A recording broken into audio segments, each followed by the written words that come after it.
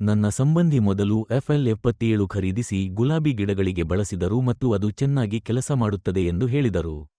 ನಂತರ ನಾನು ಅದನ್ನು ಖರೀದಿಸಿ ಬಳಸಿದೆ. ನನ್ನ ತೋಟದಲ್ಲಿ ಪೊಡವಕಾಯಿ ನೆಟ್ಟಿದ್ದೇನೆ. ಬೇರು ಕೊಳೆತಕ್ಕೆ ನಾನು ಅಭಿಮಾನ್ ಬಳಸಿದ್ದೇನೆ.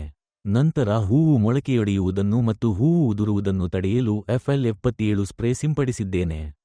ಮಳೆಯಿಂದಾಗಿ ತೇವಾಂಶ ಹೆಚ್ಚಾದ ಕಾರಣ ನಾನು ಮತ್ತೆ ಅಭಿಮಾನ್ ಬಳಸಲು ಯೋಜಿಸುತ್ತಿದ್ದೇನೆ. ನನ್ನ ಹೆಸರು ವಿಶ್ವನಾಥನ್. ನಾನು ಧರ್ಮಪುರಿ ಜಿಲ್ಲೆಯವನು. ನಾನು ಹಿಂದೆ ವಿದ್ಯುತ್ ಮಂಡಳಿಯಲ್ಲಿ ಕೆಲಸ ಮಾಡಿದ್ದೇನೆ ಮತ್ತು ಈಗ ನಿವೃತ್ತನಾಗಿದ್ದೇನೆ. ನಿವೃತ್ತಿಯ ನಂತರ ನಾನು ಸಂಪೂರ್ಣವಾಗಿ ಕೃಷಿಯಲ್ಲಿ ತೊಡಗಿಸಿಕೊಂಡಿದ್ದೇನೆ. ಈ ಹಿಂದೆ ನನ್ನ ತೋಟದಲ್ಲಿ 30 ಸೆಂಟ್ಸ್ ಭೂಮಿಯಲ್ಲಿ 4000 ಟೊಮೆಟೊ ಸಸಿಗಳನ್ನು ನೆಟ್ಟಿದ್ದೆ.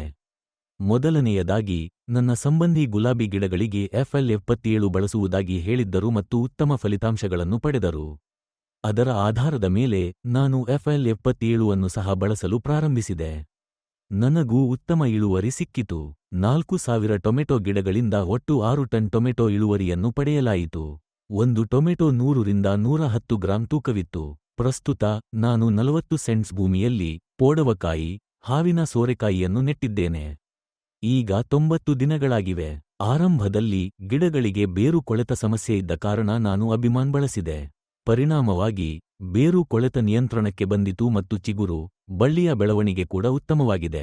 ನಂತರ ನಾನು ಅದನ್ನು FL77 ಸ್ಪ್ರೇ ಸಿಂಪಡಿಸಿದೆ. ಇದು ಹೂವುಗಳ ಸಂಖ್ಯೆಯನ್ನು ಹೆಚ್ಚಿಸಲು ಮತ್ತು ಹೂವು ಉದುರುವುದನ್ನು ತಡೆಯಲು ಸಹಾಯ ಮಾಡಿತು. ಈಗ ಹೂವು ಉದುರುವುದು ನಿಯಂತ್ರಣದಲ್ಲಿದೆ. ಮಳೆಯಿಂದಾಗಿ ತೇವಾಂಶ ಹೆಚ್ಚಾದ ಕಾರಣ ನಾನು ಮತ್ತೆ ಅಭಿಮಾನನ್ನು ಬಳಸಲು ಯೋಜಿಸುತ್ತಿದ್ದೇನೆ.